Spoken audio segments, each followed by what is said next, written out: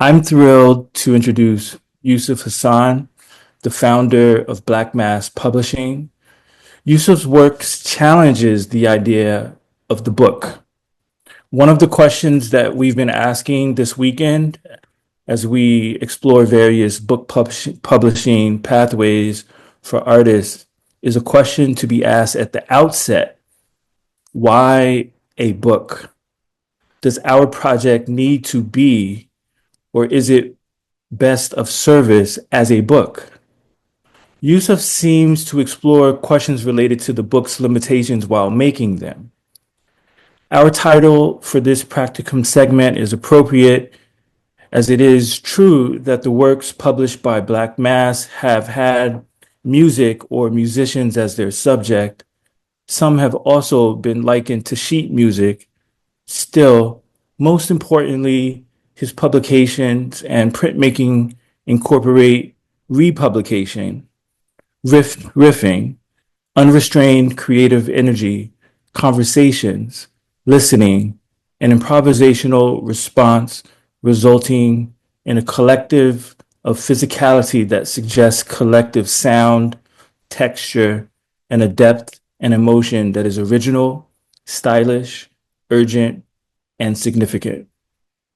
Youssef is a model for us here at Lewis Place, where from the beginning we have pushed the wagon out on the road, where we figure and direct and maintain the wheels in community with others on the fly. I am reminded of the jazz players who, when asked how they could step on the stage or in the recording session to improvise, and their answer is that we stay ready. Black Mass publications are in the permanent collection of the Schomburg Center for Research in Black Culture, the Langston Hughes Library, the Center for Book Arts, New York Public Library, Thomas J. Watson Library, Queens College in New York, the Museum of Modern Art Library, Tate Modern, Oxford University, Wellcome Collection in London, and the Whitney Museum of Library, and many others that we don't have time to mention. So without further delay, thank you, Yusuf, for joining us. Um, yeah, it's all yours. Thank you, everyone. Thank you at Louis Place for having me this afternoon rather, to share a little insight about my practice, what it means to work in this practice, what it does for me, why is publishing, self-publishing particularly so urgent for me, and why do I use the method of improvisational jazz to explore this medium. One of the methods for me is well, first off, collaboration is inherently a part of the practice for Black Mass Publishing. So it thrives and it moves. It is rooted in collaboration. And second off, improvisational jazz is the method and the approach that kind of like molds the practice. I think it's best to start to think about why improv has been so potent in my work, and why I give thought to it, and why I explore this aspect of it. My work really started with the zine. The zine was this unfiltered, untamed bedroom practice of some sort, that really allowed for me to explore publishing from an aspect of freedom, thinking about the history of self-publishing, and thinking about the urgency of self-publishing, and how these elements of self-publishing and creating off of instant and urgency informs the practice at hand. And I always like to talk about how the zine is a study for me. It starts with the zine. The zine spills into the larger research. The zine spills into the thesis of some sort. And uh, I've have been exploring for some time now this method in which I use as well, which is called republishing thoughts.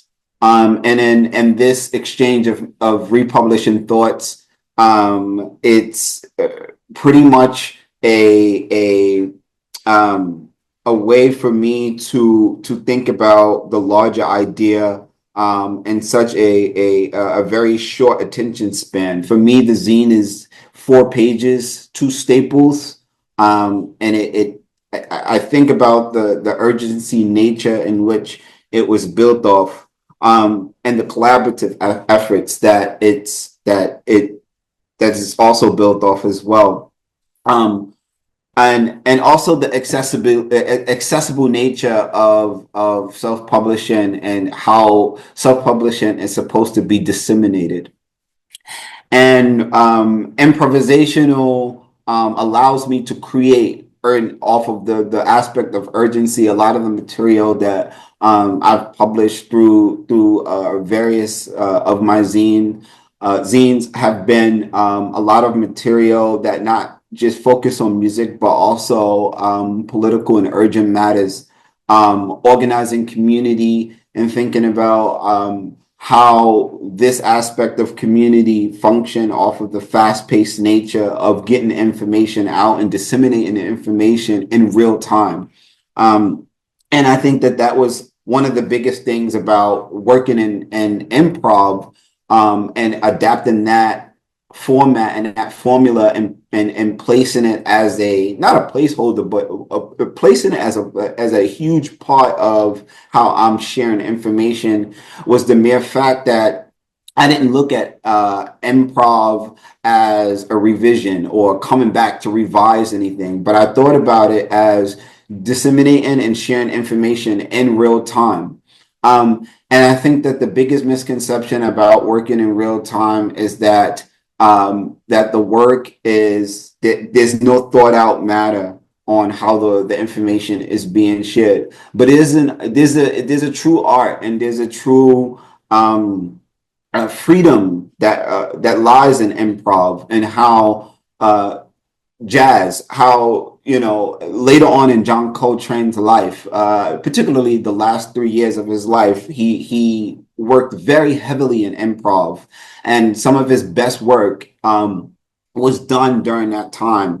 It was during those last 3 years of John Coltrane's life that he used experimental instruments, that he used experimental sound. He also traveled a great deal during the last 3 years of his life. He traveled a great deal. He used different instruments, and I was very inspired by this formula of how he used.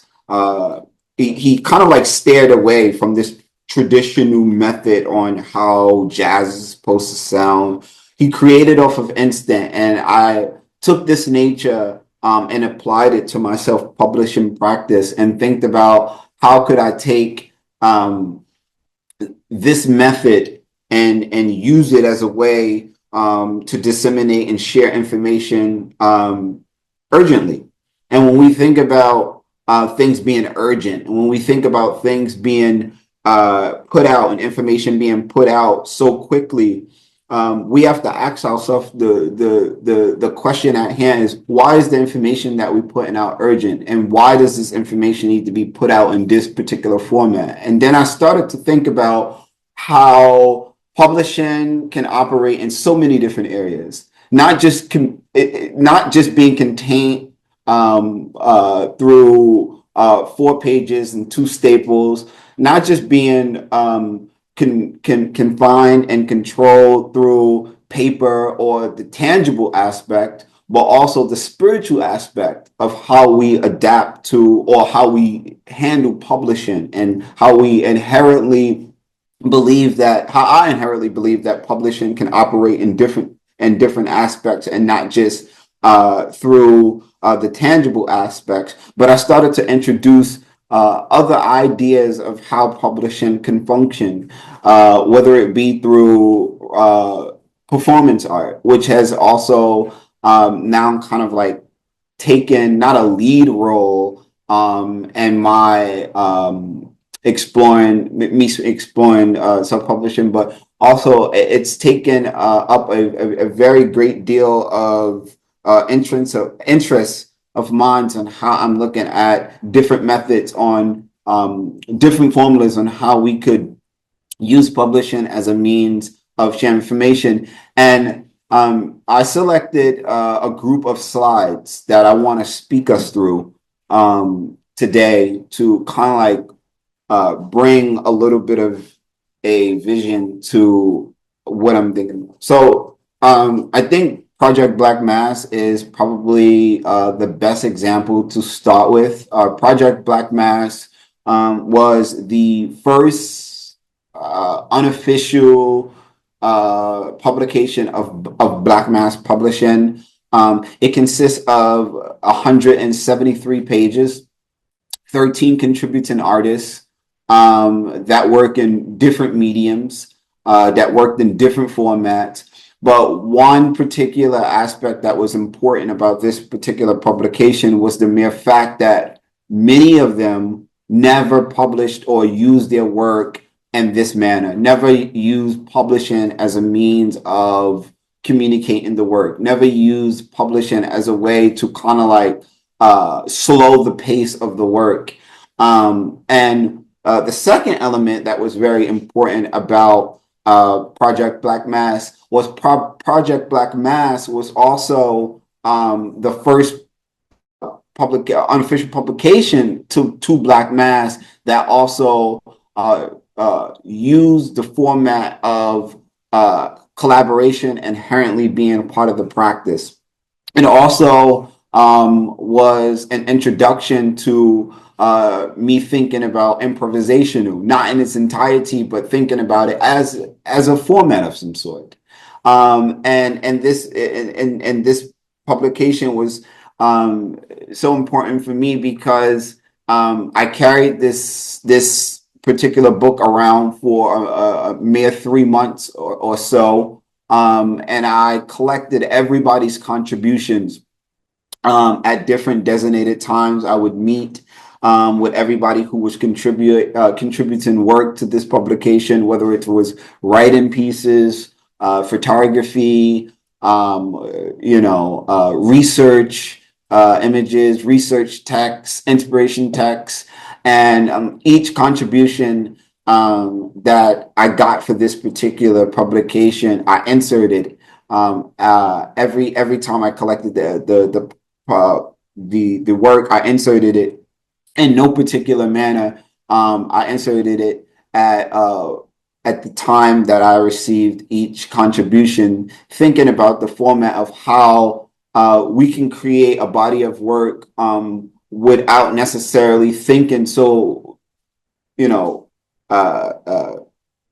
thinking too deep, at least, about how the flow of something should operate, but thinking about how we become the editor of the work in real time, the distributor of the work in real time, and just really thinking about the non-traditional aspects of creating a publication in real time. And I also would want to point out too that publishing, particularly the book, it is a fixed medium. It is fixed. And many people don't think that you can do much with it. But I've kind of explored the barriers, and I've known that to not be true. And it allows me to keep exploring how I deal with publishing at hand, truthfully. I would like to go to the next slide.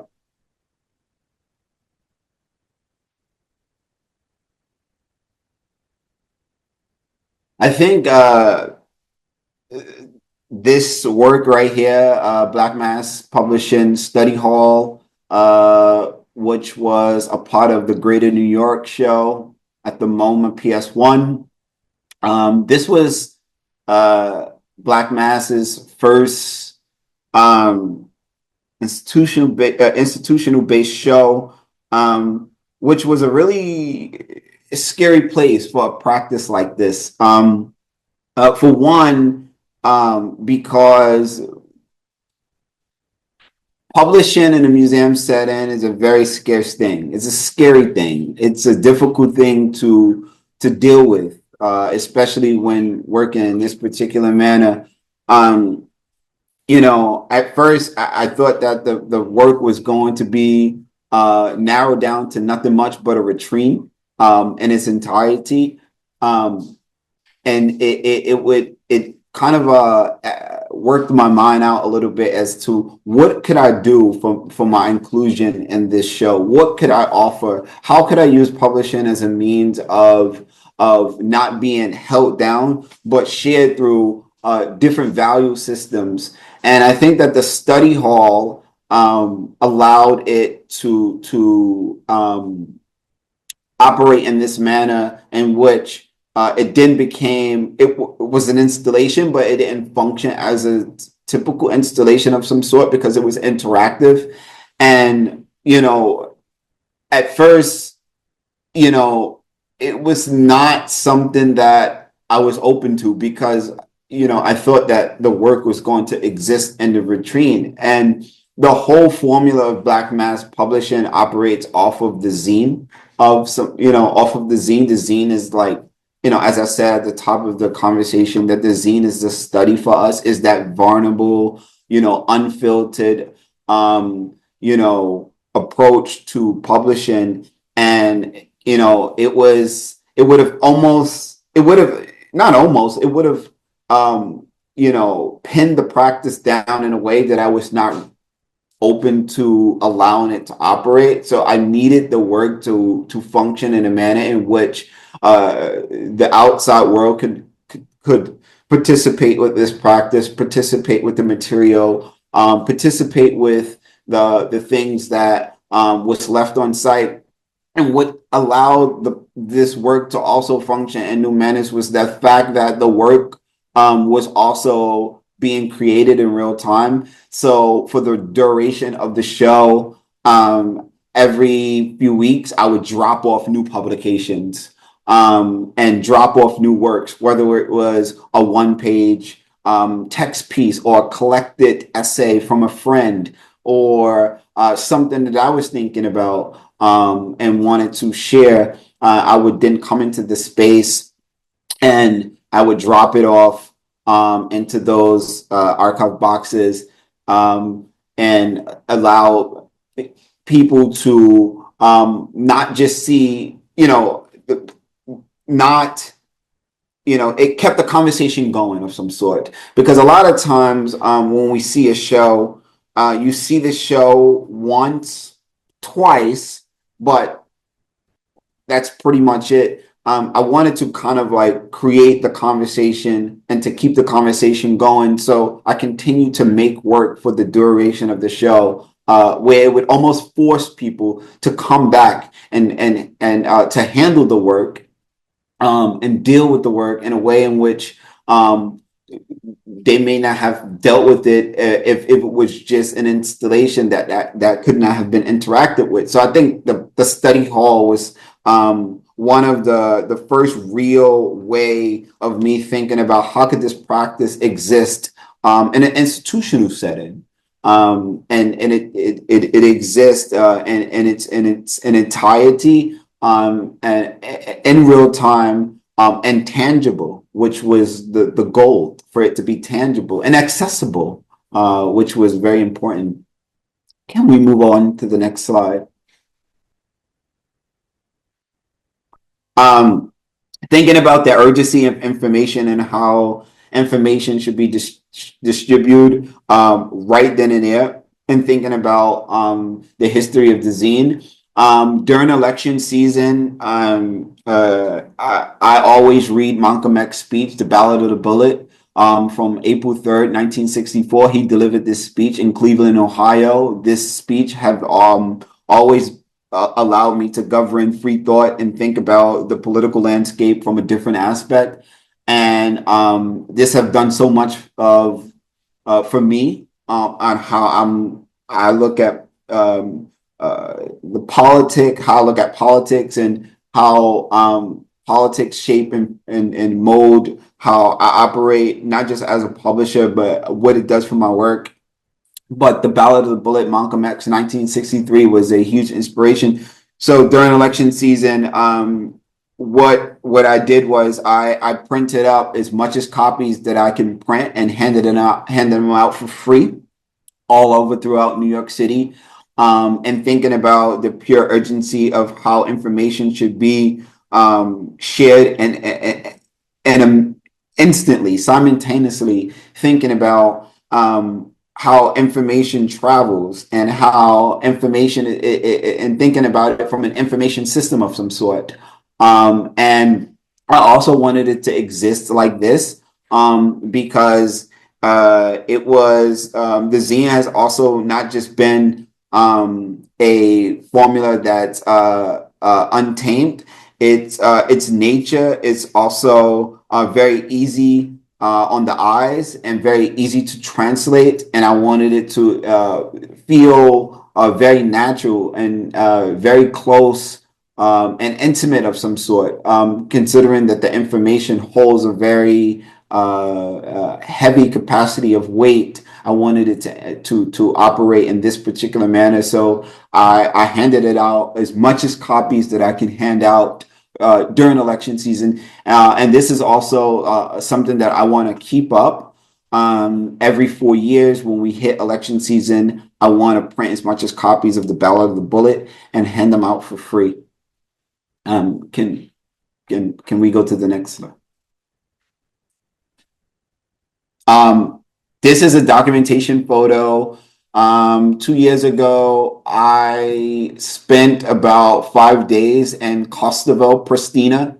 And this is the National Library of Kosovo. And I had a chance to visit their archives. And visiting archives for me is always a way for me to explore and think about how archives shape the practice as well. And also thinking about, again, creating in real time. And I spent about 2 hours here and I made a publication in real time during my time on site. I compiled, selected the images from a variety of old newspaper clippings and made the zine just as soon as I left out. It was printed, it was ready to be shared. And again, thinking about making work improv in real time and thinking about a paper trail of some sort. And this slide is the outside of the library. It's very interesting architecture, which also have a very interesting history on why the building was even made. Like, this is very long to go into, but it's very interesting. I'll go over to the next slide.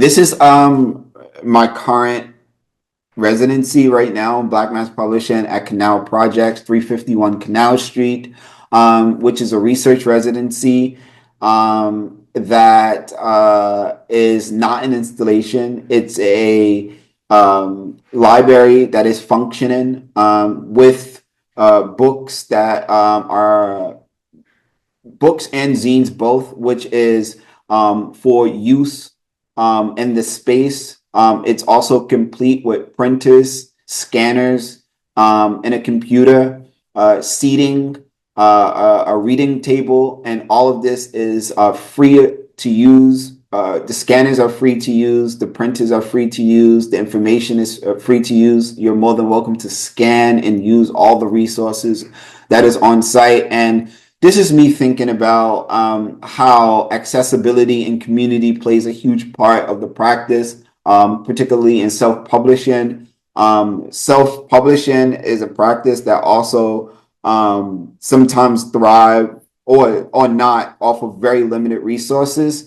And this was the joy of this residency for me, to think about how could I make this residency not just a placeholder for me in my work, but also think about how this residency could also inform and be shared as a community space so that others could think about how publishing and the library setting could inform their practice at hand. This is actually a small group of Columbia University students that actually came about 2 weeks ago to spend some time in space. They were thinking about self-publishing as a means of dissemination.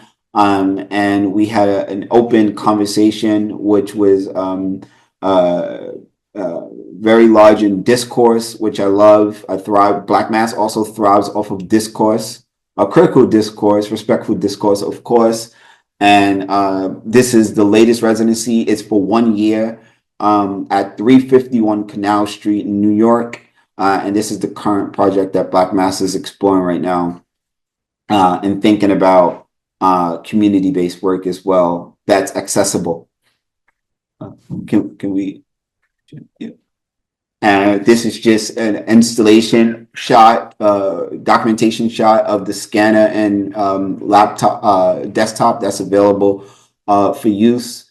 Again, and I can't stress enough, which is free of charge and could be used free of charge and utilized in space. I would also like to point out that Canal Projects is also a nonprofit as well. And I love working with nonprofits, which is something that,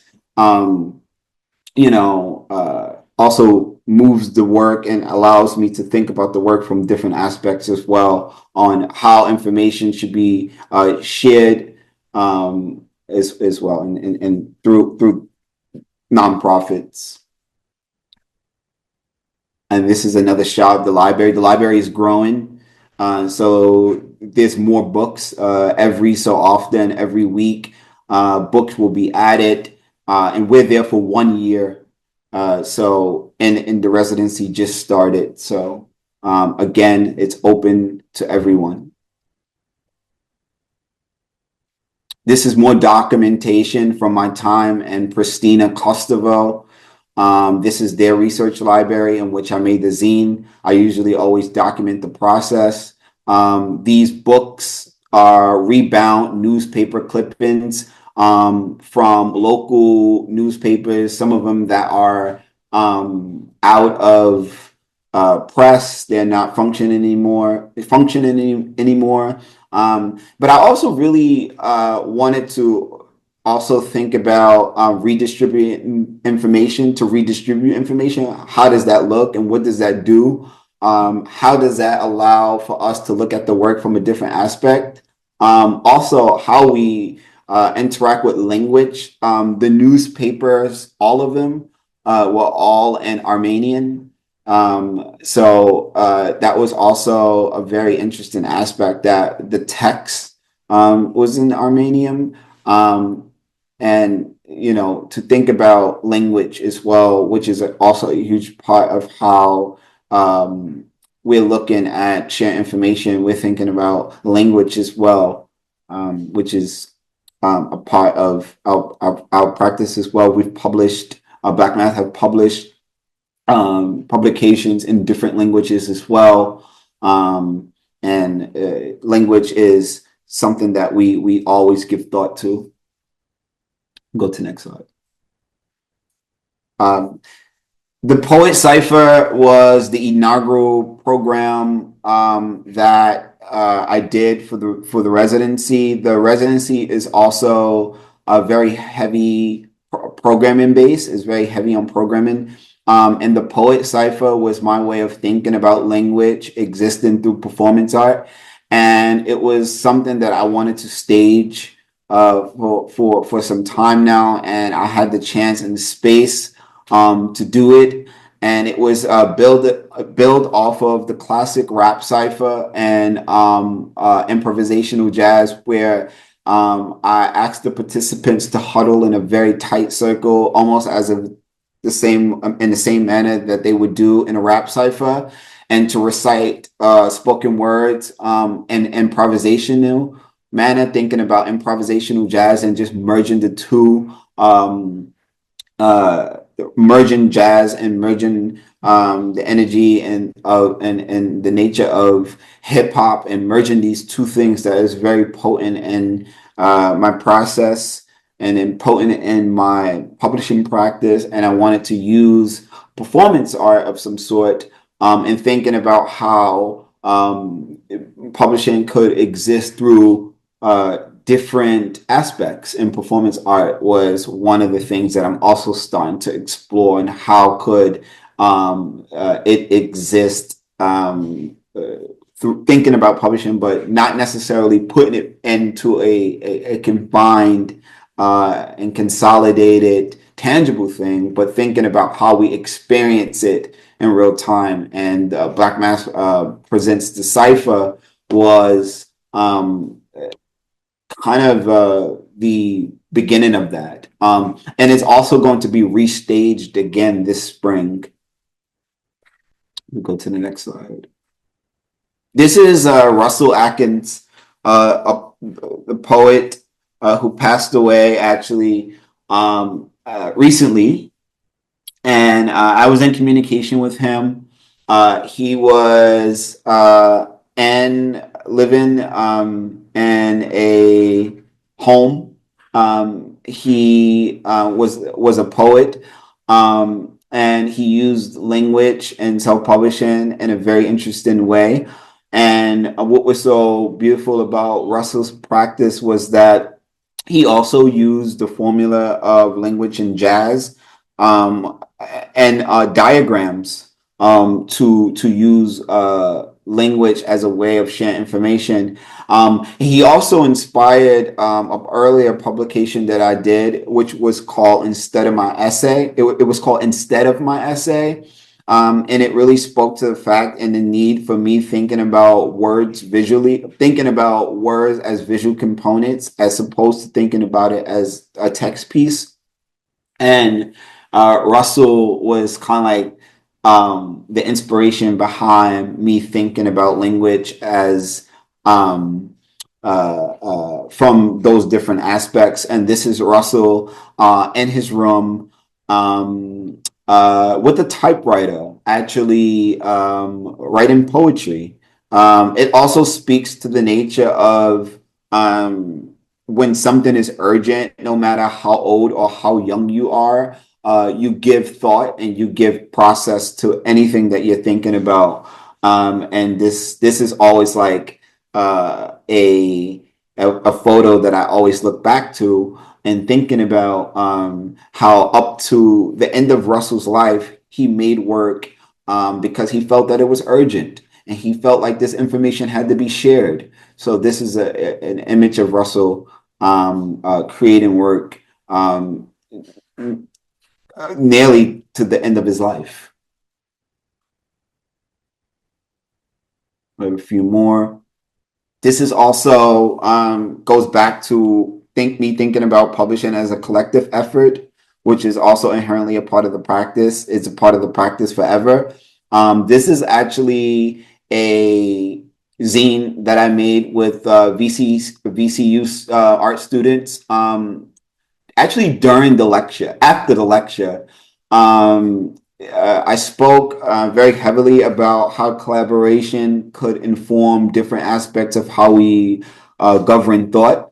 So I invited everyone who attended the lecture to leave one page for me on site during my visit there. I was there for 5 days, and during the time, it was collected work from all of the students who attended the lecture, and this was a compiled zine of text, photography, short essays, write-ins, found photos, and it was all compiled on site and then printed and then left in their research library, and also handed off to everyone that participated as well. So again, thinking about creating in real time, on instance, at a fast pace, improvisation, thinking about music, thinking about information systems, and republishing thoughts. I keep coming back to the republishing of thoughts, thinking about republishing thoughts, and also literature, which is also very heavily a part of the practice as well, and thinking about that. We go to the next one. There's a few more. This is another shot of BlackMass Publishing on Canal, the library. This is another one. Resources, Epson printer, resource documentation. More from the study hall. This was this was an information system of some sort that I created for New York Public Library, where this was again this idea of me thinking about republishing thoughts. So it was me using various different printing techniques and pretty much limited resources of what I had. A lot of this was scraps of paper that I found during my residency at the Center for Book Arts.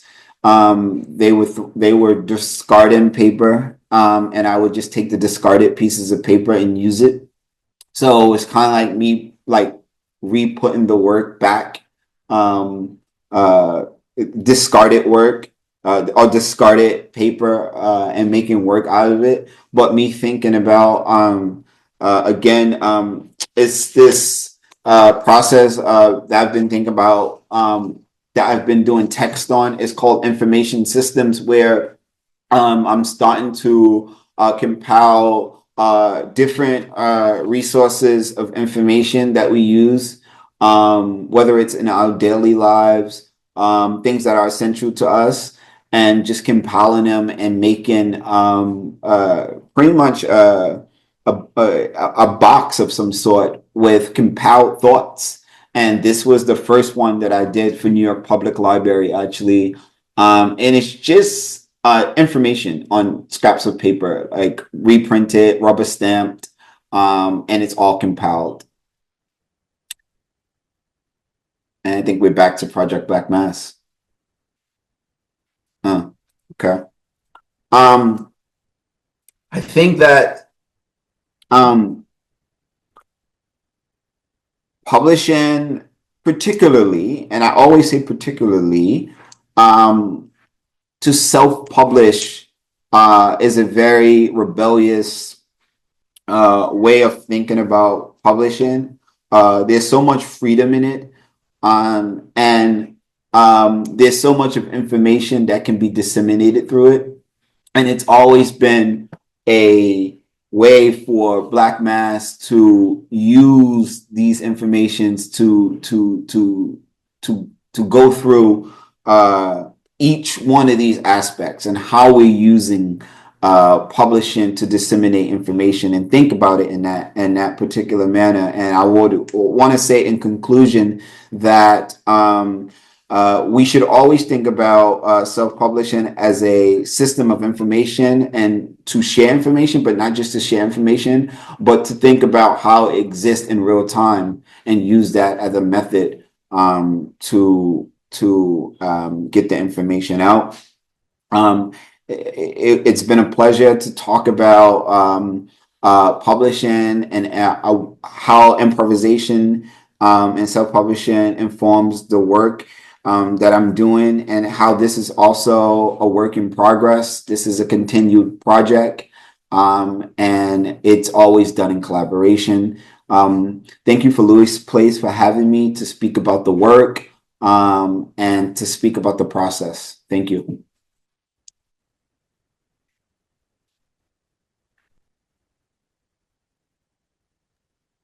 Thank you so much, Yusuf. Really appreciated getting to learn about your practice and see your work kind of unfold in all of these different settings. It's really beautiful.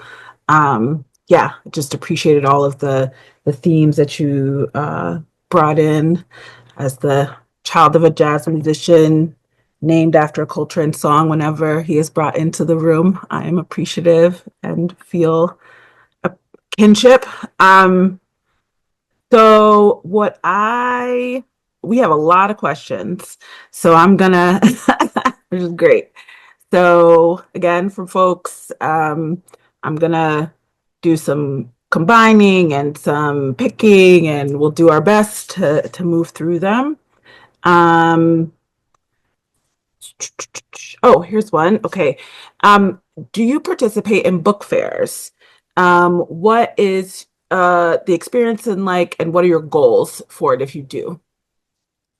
Um, I have never particularly actually the work the publications the zines are at the book fairs, but I've never particularly participated in a manner in which I'm at the table, doing the hand-in-hand exchange. I'm not against it. But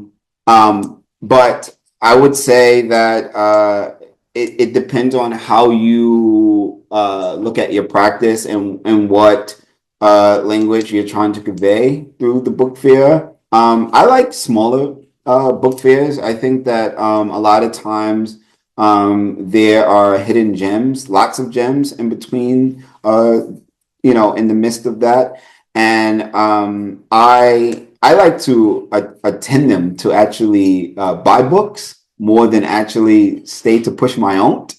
And I would say that I have no necessarily real experience with being on the other side, but more so as a lover and an admirer of the book fairs. So I would say I can't really speak to the experience from me distributing my work, but more so of me just enjoying it as an admirer.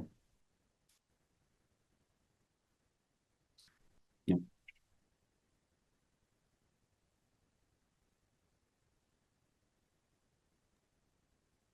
Okay, I'm going to take over for Naima for a moment. Yusuf, that was amazing. Thank you so much. So generous. And yeah, it was just wonderful to see a genealogy of your relationship with with publishing and just the experiments that unfolded with print.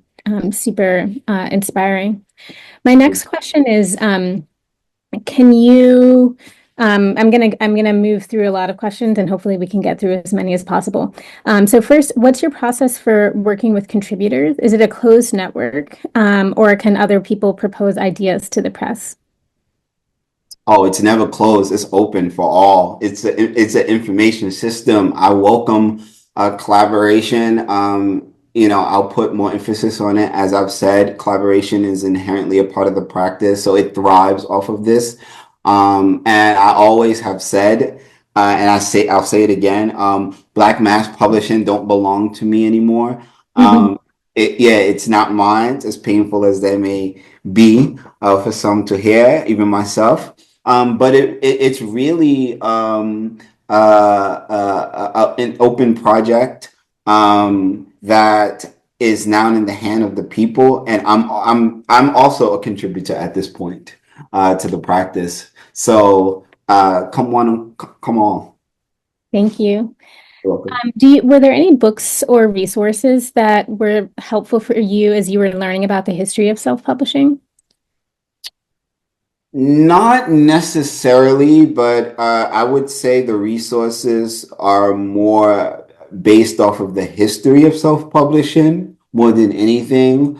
And again, as I said at the top of the talk, the bedroom-esque practice that felt so close to the heart, so vulnerable, so open, so obtainable, that really moved my thinking and how I deal with this practice. I would say no books particularly. Obviously, there are things that I've seen down the line, things, but initially it's really the history in which Is it comes. Are there any resources that you would recommend for folks who are interested in learning more about the history of zines or self-publishing?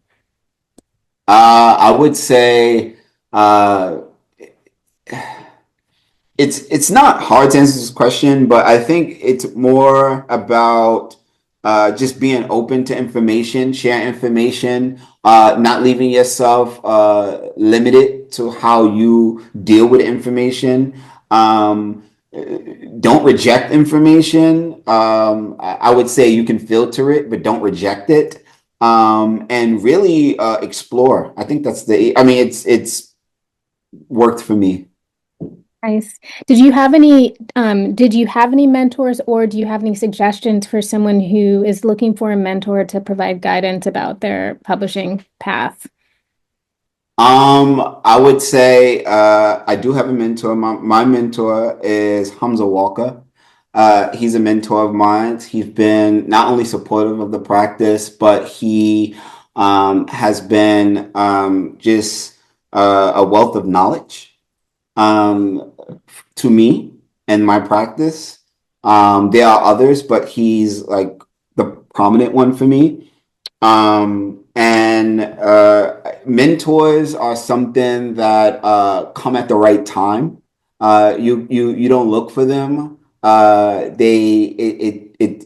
It's in sync. It comes at the right time, and Hamza came at the right time. So yeah. Thank you. Welcome. How do you distinguish between the published material that you give out for free versus what you sell? Do you target certain audiences when giving things away? And just can you talk a little bit more about the economy of your practice? Yeah, so I think Malcolm X's The Ballad of the Bullet is the best example to answer that question. Although the speech were obviously intended and directed towards Black people, I think that information there should not be a limitation to how information is distributed and shared. So of course the intent was for as many Black people to get the information, but it was not limited. I gave it out to whoever was willing to take it. To answer that, information should be distributed and disseminated amongst all fronts. As far as the material that I choose to distribute for profit, I think that's more about how I sustain the practice more than anything. So the material that's sold or that I'm compensated for is about really sustaining the practice more than anything. A lot of the resources go back into the work. I think BlackMass on Canal is the prime example. Those resources were, from an allocated budget that was me thinking about how, resources of this nature, especially when thinking about research and self-publishing, there shouldn't be a strain on how you're going to print or how you're going to research or the means of research. So printers and scanners were like the first things on my list when I was thinking about this residency. I was thinking about what are the things that I need for myself, but not myself, but what would the community need to kind of drive the thought process of this practice on, not for myself, but for them as well. And I thought about this aspect. Thank you so much. That's really helpful. It's very helpful to hear that concretely. I wonder, there are a few questions about how it's so interesting that Hamza Walker, who's a curator, is your mentor, someone I worked with when I was a grad student. He was, I don't know if I would go so far as to call him a mentor, because he was, well, I forgot this is being recorded, but he's an amazing person, amazing curator, amazing thinker. I wonder if you can speak to the way that you have navigated the relationship between, on the one hand, the kind of radical, political, and independent framework within which you've sort of devised BlackMass, and on the other hand, the conventions and limitations of the institutions within which you sometimes have presented the work or with which you've been forced to or invited, let's say, to collaborate, and which is also a part of the sustaining the practice project and challenge. And if you have how you avoid compromising or kind of changing your goals, shifting your goals to serve, other institutional ends. If you've explored other, like if you've experimented at all with ways of presenting the installation-based work, the libraries, in order to be invitational or to, I don't know, to think just how it is that you navigate the institutional relationships that are a part of the scaffolding for your work. Well, to answer the Hamza Walker question, yes, he has a curatorial practice, and that's one side of him, but he's also a lover of books, self-publishing particularly, and I think that's really where me and Hamza met, and also just his advice, and again, being a wealth of knowledge. To even think of him in this, in this mind frame. So, Hamza, he operates in so many different aspects because it's like, on one hand, he has a curatorial practice, but on the other hand as well, he's also very heavily involved and thinking about publishing and books and these kind of aspects. So I think that was kind of like the draw for me that kind of like brought us to be in sync. To answer the next question, how do I navigate the institutions? And for one, I've always been very critical of the institutions. But the institutions is also could also be a place of resource. That we can then use to then spill back into our own communities.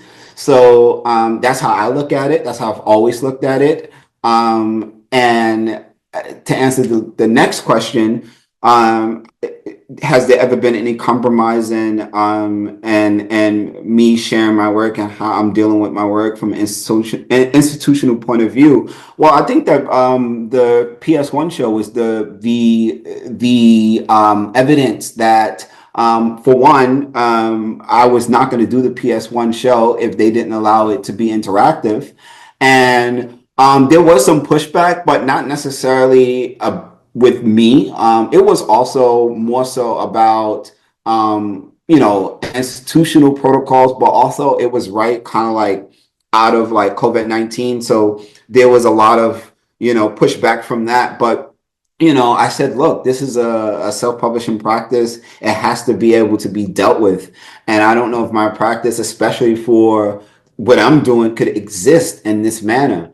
And, I'm not going to say that, the institutions don't have a very hard task ahead of them when they're thinking about how they're presenting publishing in an institutional setting. They run to the vitrine first.